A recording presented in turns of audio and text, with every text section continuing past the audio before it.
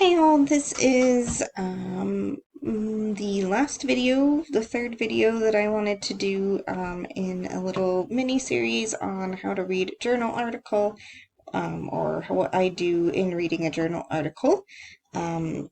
So the first video talked about doing the citations right away, the second video talked about doing notes, and in this third video, which is possibly the most important part of reading anything for research, is going to go about looking at the citations that are in the article. So, as we talked about before, these are some interesting tidbits that I found in this article, but this is some valuable information, but I want to know where this came from.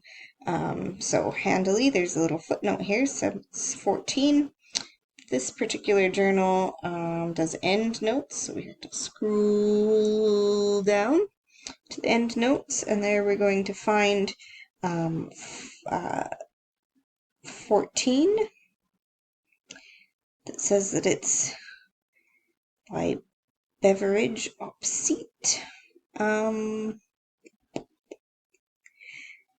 And so then we can look up here at 11, and then you can see the full citation of Beverage there, which unfortunately for me was an unpublished paper delivered at a conference in 1940.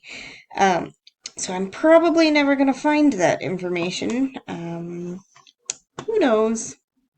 I'll still look for it, but from what I can tell, it doesn't exist in paper form.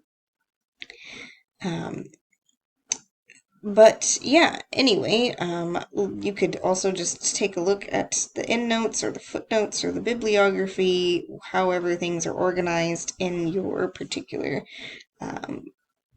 article or book, and just read through that and see, archaeology of bookkeeping. That's probably something I want to read.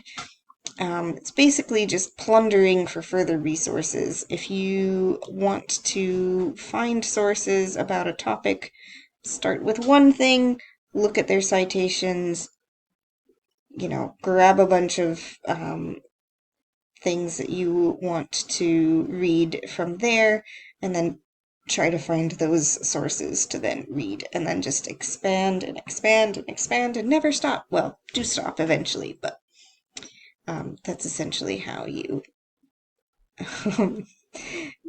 go through reading these sources and finding more information. Yeah, so there's lots of interesting things in here. I honestly do, the first thing that I do in looking for things is a Google Scholar search, and then I try to see if it's helpfully available anywhere for free, and then if not, then I start looking at various library sources.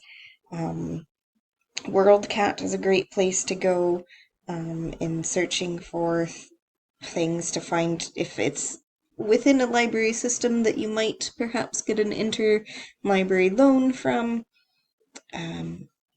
or not, and whether or not you want to make the decision to bite the bullet and purchase something.